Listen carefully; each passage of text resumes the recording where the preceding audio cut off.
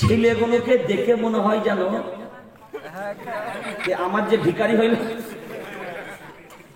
গালে এক ফোঁটা দেবে, সব দেখবে। বলে কোথায় যাচ্ছি রে? বলে টিফিন করতে যাচ্ছি। রে হতচ্ছাড়া, তোর মায়ের হাতের খাবার ভালো লাগলো না? আর সব একসাথে টিফিন বেগরিটি করতে যেতে হলো। আরে কত নির্লজ্জ হবে! যত দিন যাচ্ছে উন্নত মানের ডিজাইন তৈরি। বেগরিতে গিয়ে বন্ধুর সাথে গেছে, তো বন্ধু বলছে দেখবি ওই দিক থেকে টিম চলে এলো, হাই। যেমনি বলেছে হাই, হিল তোলা জুতো ছিল রে ভাই, তুলে দিয়ে বলে আয়। তেমনি ও বলছে জুতো দেখালো রে। বলে জুতো দেখায়নি, কি বললো জানি? সিগন্যাল কি দিল? বলে হ্যাঁ জুতো দেখিয়ে সিগন্যাল। বলে বর্তমান লেটেস্ট যুগের লেটেস্ট মেসেজ। বলে তার মানে কি? বলে আসলে জুতোটা দেখিয়ে বললো এখানে কথা হবে না, যা কথা জুতোর দোকানে হবে। শিখেছে কেমন দেখেছেন তো? ইঁদুর আর ব্যাঙের ও বন্ধুত্ব বলছে এক চোটে হবে না, নির্দিষ্ট টাইম করো। টাইম হয়ে গেল নির্দিষ্ট, এরপরে নির্দিষ্ট জায়গায় দেখা। একবারেতে হলো না, এবার আবার মাসোয়ারা। বলে দুইবার দেখা হোক, দুইবার হলো, তাতেও মন ভরে না। এবার বলে তিনবার হবে, তিনবারেতেও হলো না। এরপরে বলে বন্ধুরে তিনবারেতেও হবে না, টাইম মেনটেন করা হবে না, আনলিমিটেড হওয়া লাগবে। বললে আনলিমিটেড কি করে হব? তোমার জগৎ আলাদা, আমার জগৎ। তুমি থাকো জমিনের উপরে গর্তের ভিতরে, আর আমি থাকি পানি তলদেশে। না আমার মোবাইল না তোমার মোবাইল। ইঁদুর বলে টেনশন নাই, একটা মোবাইল আবিষ্কার করেছি, এদিকে তাকান আমার দিকে এবার। ইঁদুর বলে টেনশন নাই, মোবাইল আমি দিয়ে দেবো। ওই মোবাইল যদি দুইজনাই ব্যবহার করি তাহলে আমাদের মনের স্বাদ মিটে যাবে। এরপরে ব্যাঙ বলে ভাই ঠিক আছে, ওইটা তোমার কি ধরনের মোবাইল, ওটা আমাকে দাও। এরপরে ইঁদুর বলছে ভাই টেনশন নাই, একটা কাজ করে নাও, কারণ আমরা যদি মোবাইল নিয়ে পানিতে যাই আর আমি যদি মোবাইল নিয়ে গর্তে যাই, চার্জ কোথায় দেবো রে ভাই? আর যদি কটলেস নিয়ে ঢুকি তো পানিতে গেলে মাল পানিতে ঢুকলে আর ভালো থাকবে। বলে তোর একটা কাজ করো, এমন একটা ব্যবস্থা করো লসও হবে না, লাভই হবে। বলে ব্যাপারটা বুঝলাম না। বলে একটা কাজ করো, একটা দড়ি আনো। কি আনো? জোরে বলেন। দড়ি আনো। বলে দড়িটা হবে কি? বলে তোর পায়ে একটা বান, আমার পায়ে একটা বান, তোর পায়ে একটা বান। দড়ির এক দিকটা আমার পায়ে, আর দড়ির ওই দিকটা তোর পায়ে। এখন বলেন একটা দড়ি, একদিকে ইঁদুর বাঁধা, একদিকে ব্যাঙ। বলে হবেটা কি? বলে দড়িটা এমন বড় নেব, তোর পায়ে বাঁধা থাকবে তুই পানিতে যাবি, আমার পায়ে বাঁধা থাকবে আমি গর্তেই যাব। যখন সাক্ষাতের প্রয়োজন অনুভব হবে, দিনের চাহিদা যখন আসবে, মিটাবো কিভাবে? বলছে নাড়া দেব। কি দেব? হ্যাঁ, এবার নাড়া দেবে। তো বলছে নাড়া দিলে, বলে যে যার সাক্ষাতের জন্য উতালা হবে সে আগে মাল টানবে, দুইজনাই আবার হাজির হব, মুমির সুখে আবার গল্প গুজব করে চলে যাবে। বলে ঠিক আছে মাশাআল্লাহ, সিদ্ধান্ত হয়ে গেল। বলে দড়িটা পাবো কোথায়? ইঁদুর বলছে টেনশন নাই, ওটা আমি জোগাড় করে দেবো। মাল জোগাড় করে এনে এবার ফিটিং করেছে। এদিকে থাকে কি ফিটিং করেছে? কোথায়? দুইজনা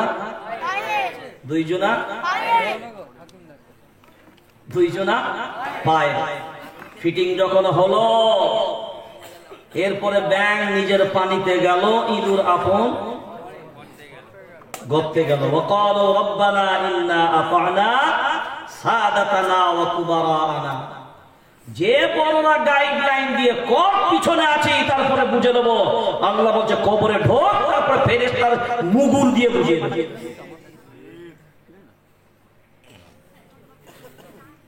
এরপরে ব্যাঙ নাড়া দেয়, ইঁদুর আসে, ইঁদুর নাড়া দেয়, ব্যাঙ আসে। হঠাৎ করে এমন জানুয়ারি মাসের পহেলার দিকে বেশ কনকনে ঠান্ডা শীত পড়েছে, দুইজনাই এখন তাপমাত্রা গ্রহণ করার জন্য বাইরে বেরিয়েছে। তো ব্যাঙ পুকুরের কিনারায় আছে, আর ইঁদুর তার গর্তে থেকে বেরিয়ে একটা জায়গায় এরকম বসে আছে, রোদটা পাচ্ছে, আর উপর দিকে চিল মামু যাচ্ছে। কি মামু? জোরে বলে। চিল মামু যখন দেখে, ওরি বাবা, ই তো ইঁদুর। এখন বলেন যদি চিল দেখে তো কি হবে? ছেড়ে দেবে? জোরসে বলো। না আক্রমণ হবে? যেমনি ইঁদুর উপরের আল্লাহর গোলাম, চিল উপর থেকে ছা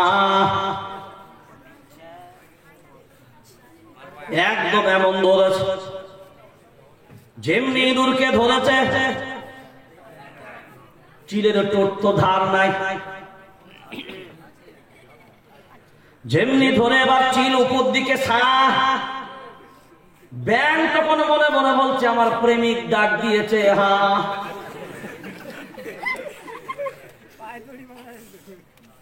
এরপরে ব্যাঙ বলে, ব্যাপারটা বুঝলাম না, এতদিন দুনিয়ার জমিনে হচ্ছিল, এ বুঝি আকাশে কোন জায়গা বুকিং হয়েছে, ফ্ল্যাটে যাব। চিল যেমন ধরেছে ইঁদুরটাকে, পার পাঞ্জা দিয়ে ধরা, ঠোঁট দিয়ে বারবার বারবার, 2-4টা দিনই ইঁদুর। জোরে বলেন। কিন্তু ওই যে ইঁদুরের পায়ে দড়ি বাঁধা, ব্যাঙের পায়ে দড়ি বাঁধা, ইঁদুরকে যখন আসমানের দিকে চিল ওড়ায়, ব্যাঙ উপর দিকে ওড়ে। কিন্তু ব্যাঙের পায়ে দড়ি বাঁধা, চিল ব্যাঙকে ধরে, ব্যাঙকে কিন্তু চিল ধরে। ধরেছে কারে? নেতাটাকে। ধরেছে কাকে? ধরেছে কাকে? আর চেলা চামান্ডার পায়ে দড়ি বাঁধা, চেলা চামান্ডার পায়ে দড়ি বাঁধা। চিল নেতাকে তো সাইজ করছে যা করা, আর এই চেলা চামান্ডা দড়িতে যখন ঝুলা শুরু করেছে, সামনে বিল্ডিং ধরম, সামনে গাছ ধরম। এখন বিবেক দিয়ে ভাবনা চিন্তা করে বলেন, এই ব্যাঙটাকে চিলের সাইজ করা লাগবে না ইঁদুরের সাথে থাকার কারণে এর 12টা বাজে? জোরে বলেন। এই কথাটাই আল্লাহ সুন্দরভাবে গুছিয়ে বললেন, আল্লাহর গোলাম, ওয়াকুবারা আনা ফাআদাল্লুনা সাবিলা রব্বানা আতিহিম বিউফাইন মিনাল আযাব ওয়া লা'আনহুম লা'নান কাবীরা। আয় আল্লাহ, যাদের জন্য আযাব আমাদেরকে তুমি দেবে, ওই নেতাগুলোকে ধরে আমাদের কাছে আগে আনবে, ওইগুলোকে আগে আমাদের কাছে আনবে, ওই বড়গুলোকে আমাদের কাছে নিয়ে এসো। কোরআনুল কারীম সূরা হামিম সাজদায় আবার আল্লাহ বললেন, 24 নম্বর পারা 19 নম্বর সাফার প্রথম আয়াতে আল্লাহ ক্লিয়ার করলেন, وقال الذين كفروا ربنا أرنا الذين أضلانا।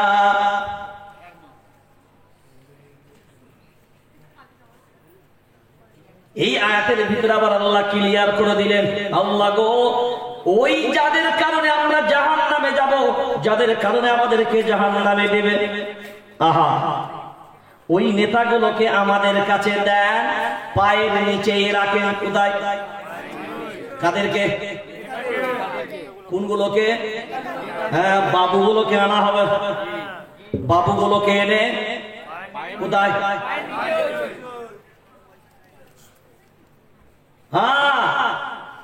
আদাল্লানা মিনাল জিন্নি ওয়াল ইনস নাজআলহুমা তাহতা আকদামিনা, তাহতা আকদামিনা লিয়াকুনা মিনাল আসফালিন। এই গুণকে, এই নেতাগুলোকে, এই বড়গুলোকে, যাদের জন্য আমরাও হারাম খাওয়াতে অভ্যস্ত, যাদের জন্য আমরাও হারাম পথে চলতে অভ্যস্ত, এগুলোকে নিয়ে আসো, আমাদের পায়ের তলায় রাখবো, রেখে এইগুলোকে ঢিকিতে আটা টানবো। মানে আগে দুরমুশ করবো পা দিয়ে, তারপরে জাহান্নাম। বলবে কারা? হ্যাঁ, ওই চেলা চামুন্ডা ব্যাঙ, ও যখন সুযোগ পাবে তখন ওই কথাই বলবে, বেটা তোর পায়ের সাথে যদি আমার দড়িটা বাঁধা না থাকতো, আমার জীবনটা যারা ওই রকম ইঁদুরের সাথে বন্ধুত্ব করেছ, যারা মানুষের ক্ষতি, যারা হারাম বোঝে না, হালাল বোঝে না, ইঁদুর কোরআন বোঝে না, কাটে না ইঁদুর হাদিস বোঝে না, কাটে না ওরে ইঁদুরে বোঝে না বলে কাটে। আর দুনিয়ার জমিনেও যারা কোরআন হাদিস ন্যায় অন্যায় বোঝে না, এগুলো হলো ইঁদুর মার্কা। আর ওদের পায়ে দড়ি বেঁধেছ যারা, একবার নয় 10 বার ভাববে।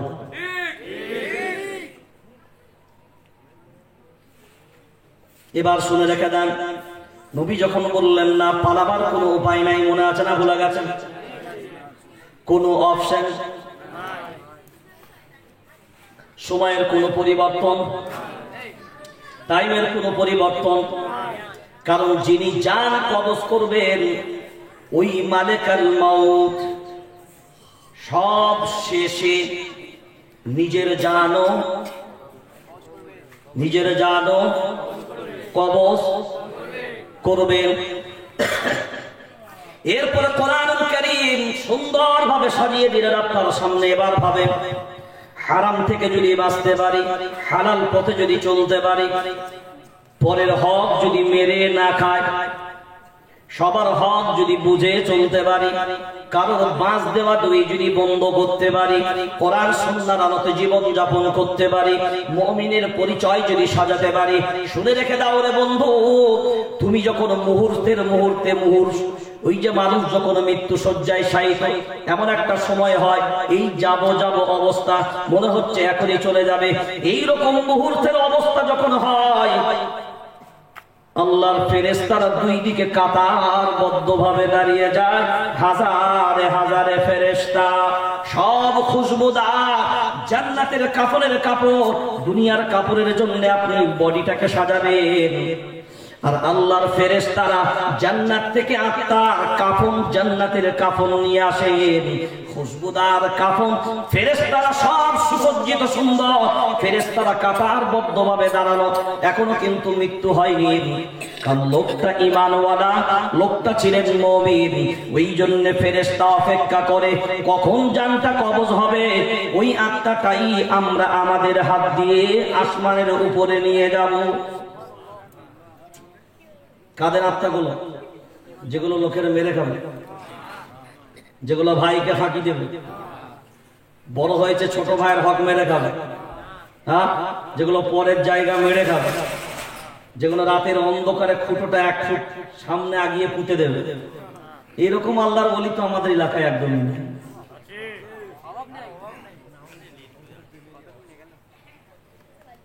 আপনাকে কবরে দেওয়া হয় এটা বোঝানোর জন্যে যে প্রকৃত আপনার দুনিয়ার জমিনে যতটুকুন জায়গা, ওটা হলো আপনার কবর। কি বললাম?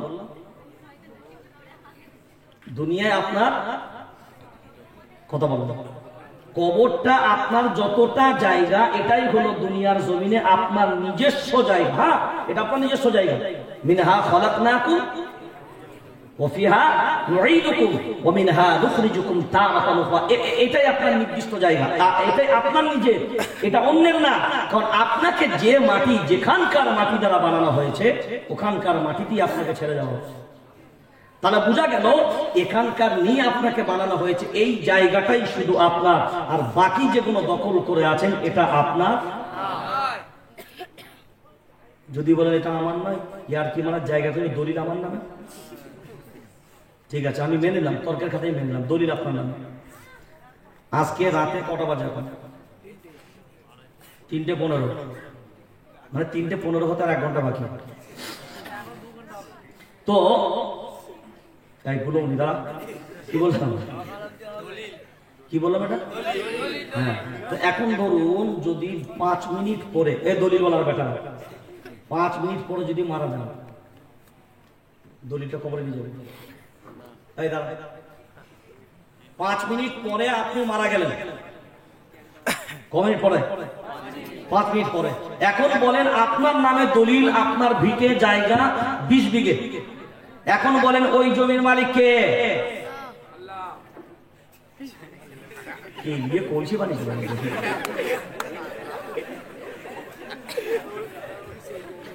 এখন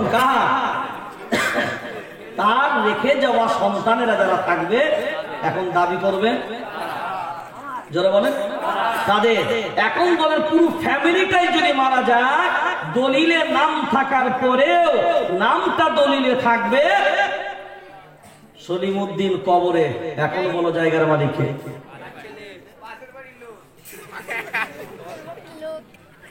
আরে লোকে খাবে না, ছেলেরা খেলার মাঠ করবে, ছেলেরা খেলার মাঠ করবে। তাহলে জায়গা তোমার নয়, জায়গা তোমার প্রকৃত ওটা যেটা তোমার জন্য কবরের জন্য শুধু রাখা হয়, এটাই তোমার নির্দিষ্ট জায়গা।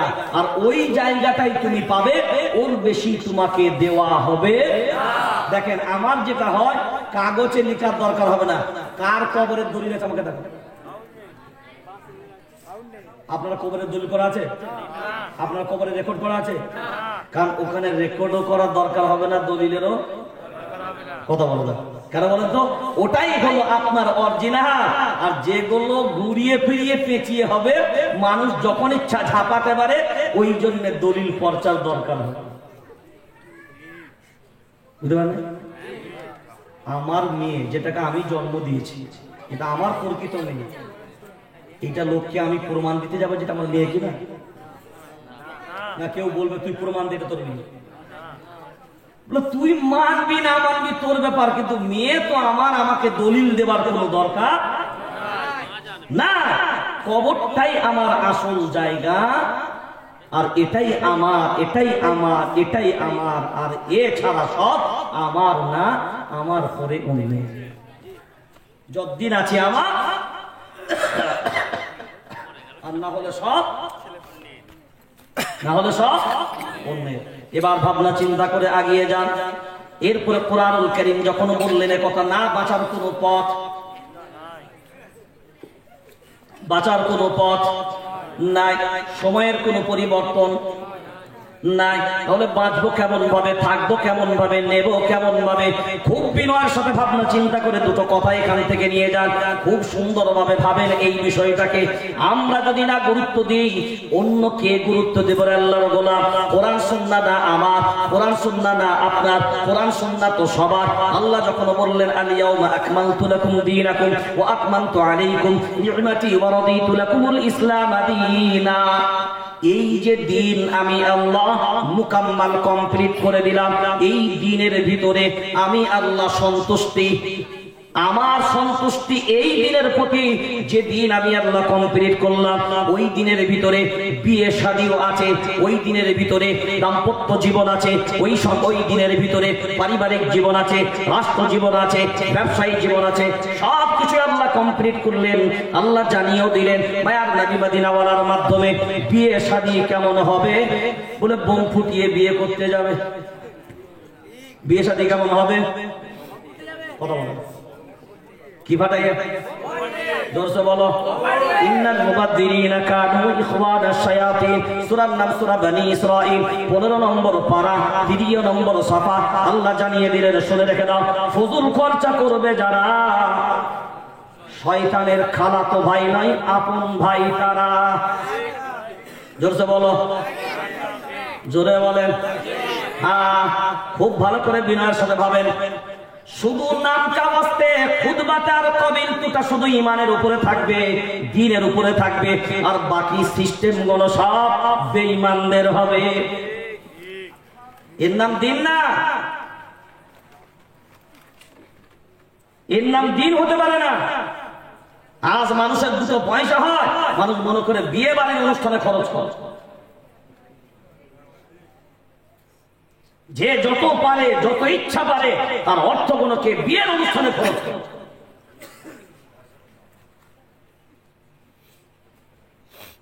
বিয়ে বাড়ির গাড়িটা কত টাকা সাজায়?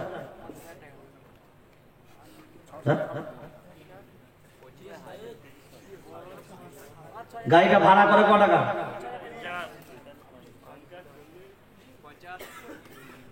যে গাড়িটা ভাড়া করে এখন বিয়েতে ছেলেরা যায়, মিনিমাম কত ভাড়া লাগে? হ্যাঁ, 50 ভাড়া, তাই নাকি? ওরে বাবা, শেরওয়ানিটার ভাড়া কত? পাগড়িটার দাম কত? দাম কত? সোজা একবার করো দেখুন, দেখি কত খরচ হয়। নিতে পারে খবর যায়নি, কি করবে? নিতে পারে মাইক দেয়নি। হ্যাঁ, তার জন্য মারা গেছে, ওই কাদের স্ত্রী মারা গেছে। ঠিক আছে, ভালো করেছো, ঠিকই বলেছো, খবর পাই। হ্যাঁ, বিয়ের খরচ কত হয় ওই গাড়িটা? 20,000। গাড়িটার খরচ করে 20। চিন্তা করেন ইমাম সাহেবকে দেয় কত? লজ্জা লাগে না? ভিখারির বাচ্চা 20,000 টাকার গাড়ি ভাড়া করছে, ইমাম সাহেবকে 500 টাকা দিস? কথা বলে না। তাও তো বহু জায়গায় আছে আল্লাহর এহসান। আমার এখানে আমি তো বারবার, আমি বহু জায়গাতে এরা যে আছে তা নয়, আমি সারা দেশেতে যেখানে যাই আমি গর্বের সাথে বলছি, আমি সারা দেশে যেখানেই বয়ান করি আমি গর্ব করে বলি যে যদি এলাকা দেখতে চান আর ইমামকে সম্মান কেমন করে, আমার মসজিদে চলে যান। এই রাত 2টোর সময় পৃথিবীর মানচিত্রে একটা মসজিদ দেখান যেখানে বক্তা নেমে যাওয়ার পরে মসজিদের ইমাম সাহেবের জন্য এত কোনো মানুষ পাগলের মতো বসতে। আলহামদুলিল্লাহ। একদিন উলবেরিয়া থেকে একটা মিটিং করে আসছে, আমার মনে পড়ে কথাগুলো মাঝে মধ্যে। ওই জন্য অনেক সময় অনেক মায়া, অনেক ব্যথা থাকার পরেও না অনেক জিনিস ভুলিয়ে দেয়। মেট্রোতে আসছি, পানি নেমে গেছে ঝমঝম। সবাই জানে যে হুজুর ভিজলে অসুবিধা আছে, ছেলেগুলো সব পাঞ্জাবি গুলোকে এক জায়গায় করেছে, হুজুর এটাই আপনার তিরপল। আল্লাহ আল্লাহ ওদেরকে অন্তত উত্তম প্রতিদান দান করুক, আর সেই উত্তম প্রতিদানটা যেন কিয়ামতের ময়দানে মহা বিপদের সময় আল্লাহ নাজাতের জরিয়া হয়। এই সম্মান, এই মর্যাদা আল্লাহর ইহসান এখনো আছে যে শাকাদ্দার মাটিতে একবার আওয়াজ দিলে 10 মিনিট যাবে না 90% মানুষ একত্রিত হয়ে যাবে।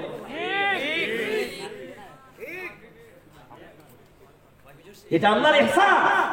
এইটাই হয়তো এক শ্রেণীর মানুষ মেনে নিতে পারে না, সহ্য করতে পারে না, কলিজায় আঘাত লাগে।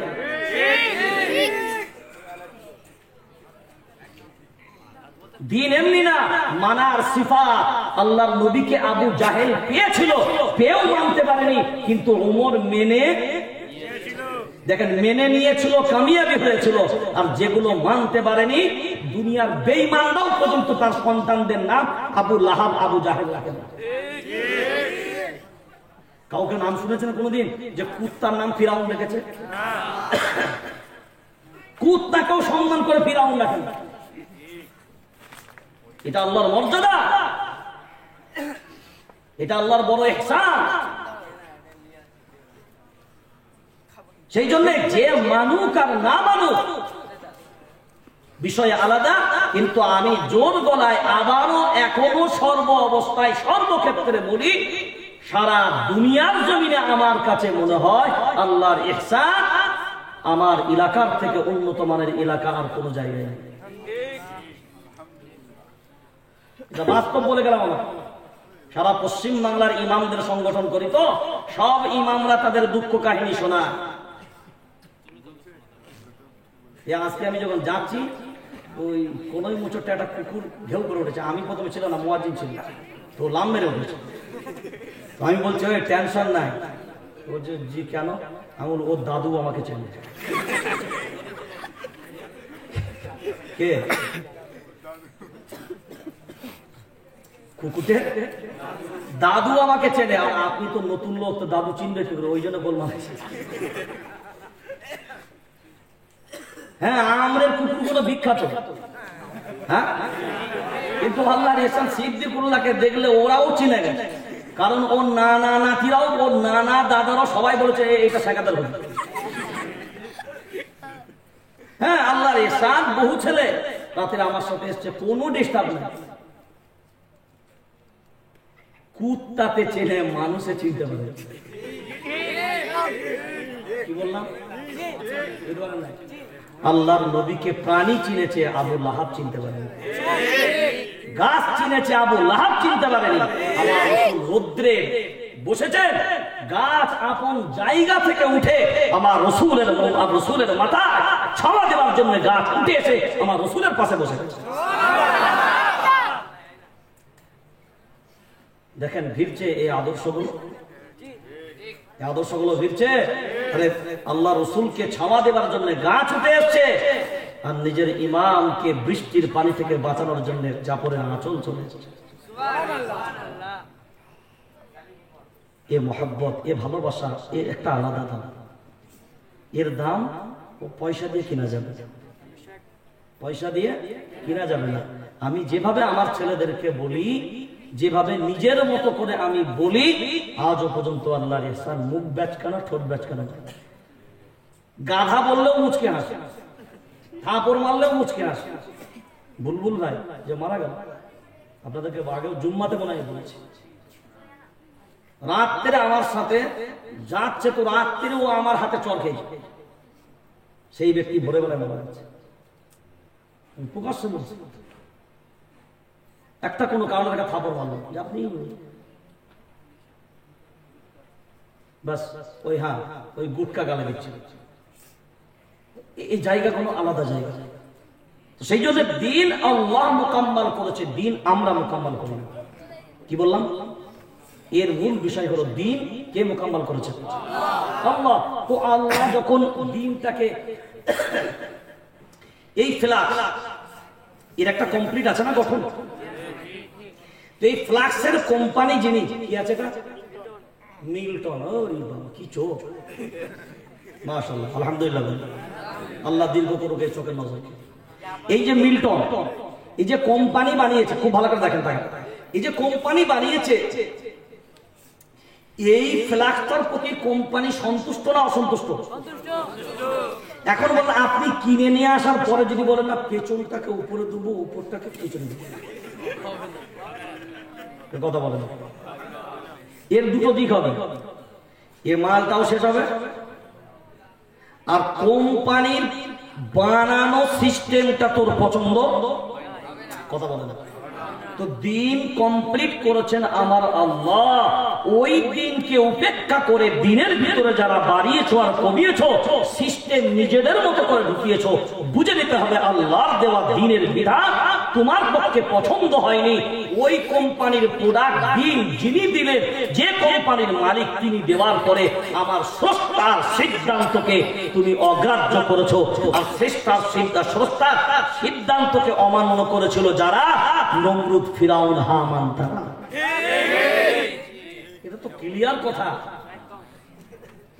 এই জনতা নেই,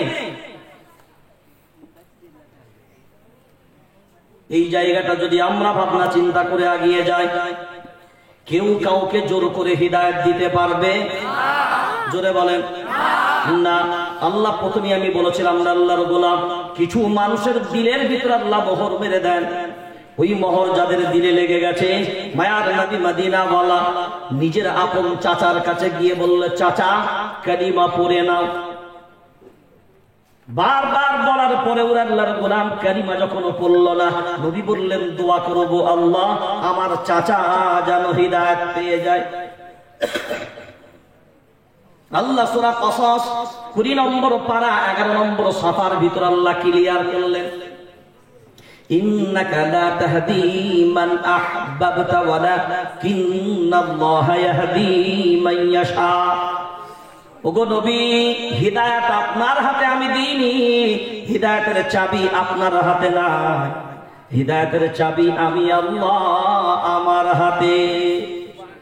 তোরসে বলো, আল্লাহ যাকে হিদায়াত দেবেন ওই হিদায়াত পাবে, আল্লাহ যাকে হিদায়াত দেবে না ও হিদায়াত পাবে না। ওই জন্য আল্লাহ বহু জায়গায় বিভিন্ন ভাবে বর্ণনা করেছেন। কোরআনুল কারীম সূরা মুতাফফিফিনের ভিতর আল্লাহ বললেন, শুনে রেখে দাও, ইন্নাল্লাযীনা আজরামু কানু মিনাল্লাযীনা আমানু ইয়াদহাকুন ওয়া ইযা মাররু বিহিম ইয়াতাগামাজুন ওয়া ইযা ক্বালাবু ইলা আহলিহিম ক্বালাবু ফাকিহিন। আল্লাহ জানিয়ে দিলেন, শুনে রেখে দাও, দুনিয়ার জমিনে এক শ্রেণীর মানুষ হবে, এরা যখন বসে থাকবে বিভিন্ন মাথায় মাথায়, সামনে দিয়ে যখন ইমানদার পেরিয়ে যাবে, ন্যায় পরায়ণ ব্যক্তিরা পেরিয়ে যাবে, একে অন্যকে চোখ টিপাটিপি করে লজ্জা।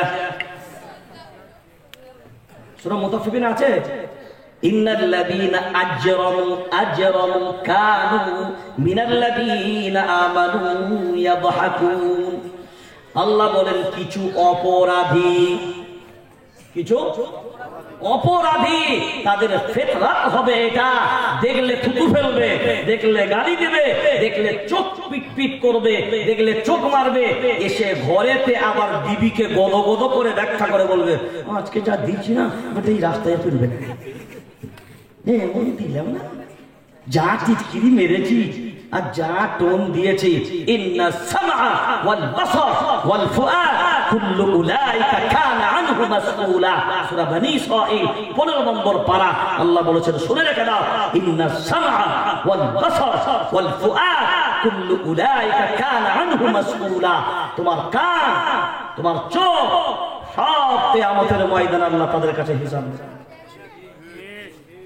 চোখ কাকে দেখে দেখিয়েছো, চোখ কাকে দেখে বাঁকিয়েছো, কাকে দেখে কান কোন দিকে শুনেছো, সব তোমার পাই টু পাই হিসাব কিয়ামতের ময়দানে আল্লাহর সামনে তোমাকে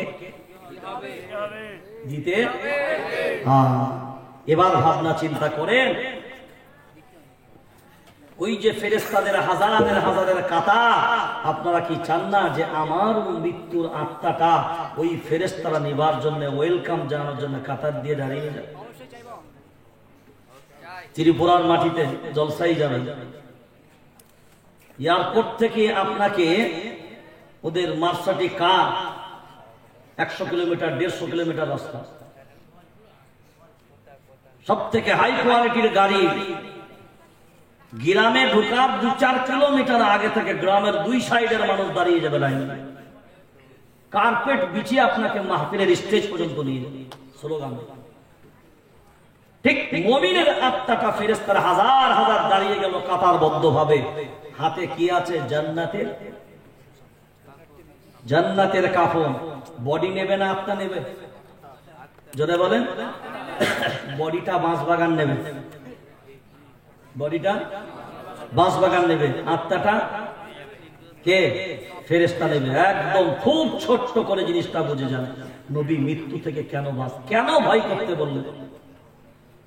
ওই আত্মা যখন ফেরেশতা নিয়ে যাবেন আল্লাহর গোলাম খুব বিনয়ের সাথে ভাবেন, সব আসমানের ফেরেশতারাও পর্যন্ত ওয়েলকাম, মারহাবা মারহাবা মারহাবা মারহাবা। উপর থেকে ঘুরে ইন্নাল আবরার লাফি ইল্লিয়িন ইন্নাল আবরার লাফি নাঈম, এইভাবে করে কোরআনের বারবার কয়েকটা আয়াত আল্লাহ দিয়েছে। ইন্নাল আবরার লাফি ইল্লিয়িন, এই ইল্লিন নামক জায়গা, ওখান থেকে আল্লাহ আত্মাটাকে কবরের ভিতরে পাঠাবে। ইল্লিনের ভিতরে আল্লাহ আমলনামাটাকে পাঠিয়ে দেবে। কবরের ভিতরে যখন আসবে, এবার তাকান, কবর প্রত্যেক দিন মানুষকে ডাক দেয় আল্লাহর গোলাম, আনা বাইতু গুরাব, আনা বাইতুল গুরাব। খুব ভালো করে ভাবেন, আনা বাইতুল দুদ, আনা বাইতুল আহাদান। সব একাকীর ঘর, আমি পোকামাকড়ের ঘর, আমি একাকীর ঘর। আনা বাইতুত তুরাব, আমি মাটির ঘর। কে এমন ব্যক্তি আছো আমার কাছে আশা লাগবে না? দুনিয়ার জমিনে আমার সাথে ব্যবহার করবি যেমন, আমিও ব্যবহার করব তার সাথে তেমন। যে আমার মতন আমি জমিন, আমাকেই নিয়ে যারা চুরাচুরি করেছ বেটা, আমি জমিন সেই দিনকে কিন্তু ছাড়ব না। ওই জন্য সবাইকে আমি অনুরোধ করে বলবো, ভাই ভাইয়ের হক মারবেন না, পাড়া প্রতিবেশীর হক মারবেন না, পাশের বাড়ির জায়গা মারবেন না। অনেক মানুষ মনে করে চাপিয়ে দে না, খালি চাপিয়ে দে, খালি বলছে চাপিয়ে দে। আল্লাহ বলছে রুলার চালিয়ে দেবো, আঙুল চাপাবো রে। ওমান আ'রাদা আন যিকরি ফাইন্না লাহু মাঈশাতান দানকা। আপনি কি চাপাবেন? খালি বলছে চাপা, আর একটু দে না, একটু দে না। কেউ দেখি গরিবের যেতে যেতে না পারে সামনে ঝুলিয়ে দিবে, গরিবের বেলায় বলছে ওই জায়গা ছাড়, আর ওর বেলায় বলছে আমি আমার জায়গা তুলে দেবো। তোর পয়সা আছে বল, তোর লাঠির ক্ষমতা আছে বল, তো মনে করলে পুলিশকে 2-4 টাকা খাইয়ে দেবো, কেস করলেও বুঝে দেবো। আজকে দুনিয়ায় বেটা পয়সা দিয়ে সব করতে পারবা, কিন্তু কবরে ওটা থেকে বাঁচান। ওটাই হলো আল্লাহুম্মা গফির লিহাইয়িনা, আগে নিজের ক্ষমা চাও, তারপরে মাইয়াতের জন্য ক্ষমা চাও। এটা ভাবা দরকার। সেই জন্য আমাদেরকে ভাবতে হবে আমরা মিশবো, বুঝে না না বুঝে। যাত্রার সাথে বন্ধুত্ব করা যাবে, যাকে তাকে নেতা ধরা, হ্যাঁ, যাত্রার অনুসরণ করা, কোরআন সুন্নাহর আলোতে চালাবে যারা, কোরআন সুন্নাহর আলোতে চালাবে যারা,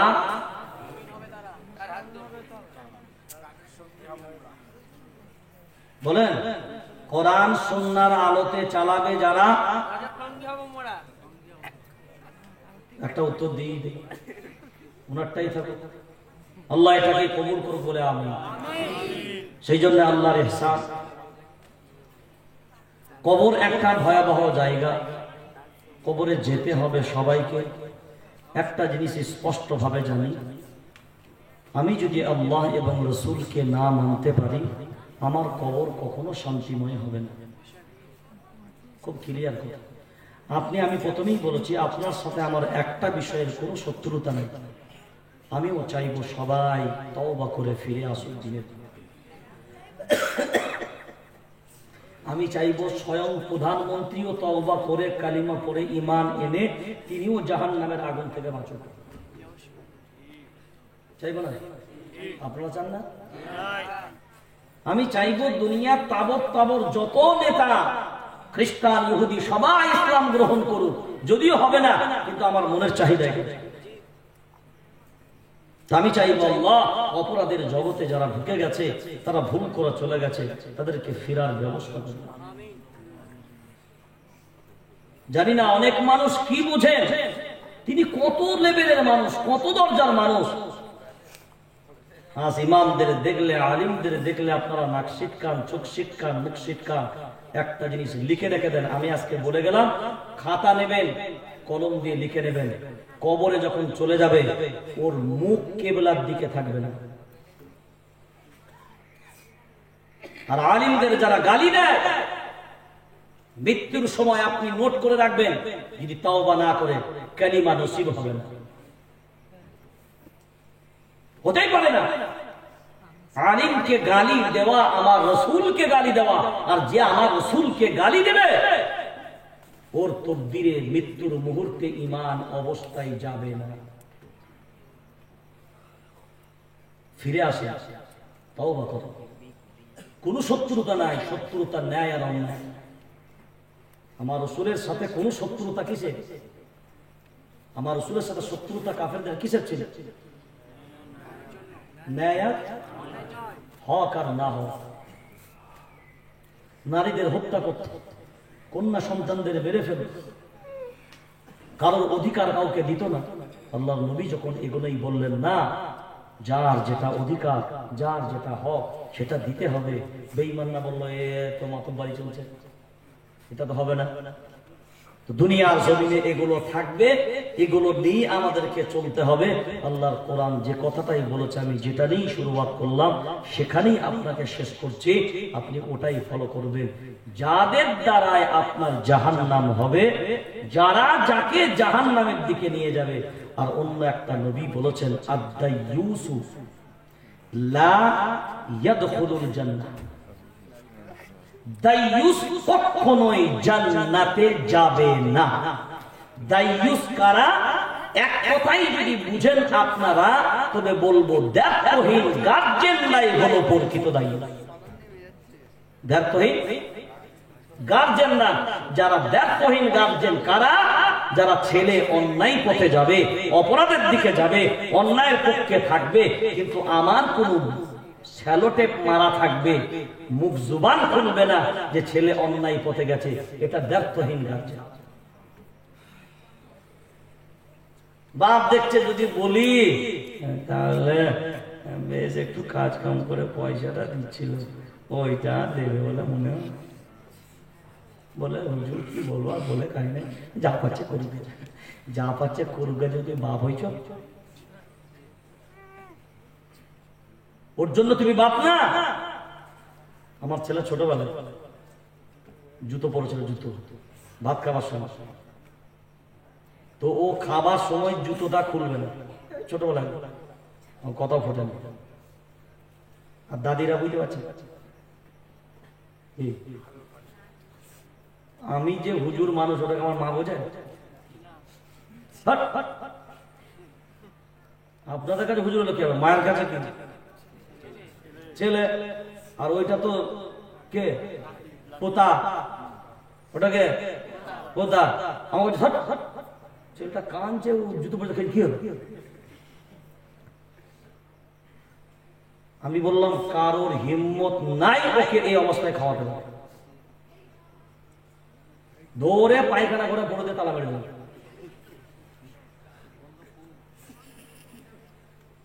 ওকে খেতে হলে জুতো খুলেই খেতে হবে। ওই বাচ্চা অবস্থায় যদি ওই আদতটা আজকে ওই দাদির কথা শুনে ওই জুতো করে চালিয়ে দিতেন, কাল আজকে একটা জিদ করেছে, কালকে দুটো জিদ করবে। বুঝতে পারেন না? আমাদের বর্তমানে না আমরা ছেলে জন্ম দিই, কিন্তু ছেলে মানুষ করতে পারি না। আমাদের কাছে অনেক সময় আসো তো, হচ্ছে হুজুর ছেলেটা একদম কথা শুনছে না। তো আমার সামনে সে আমাকে বলছে কথা শুনছে না, বলছে আব্বা মোবাইলটা দে না। থাম না, বাইরে গিয়ে দিবে হুজুরের ঘরে।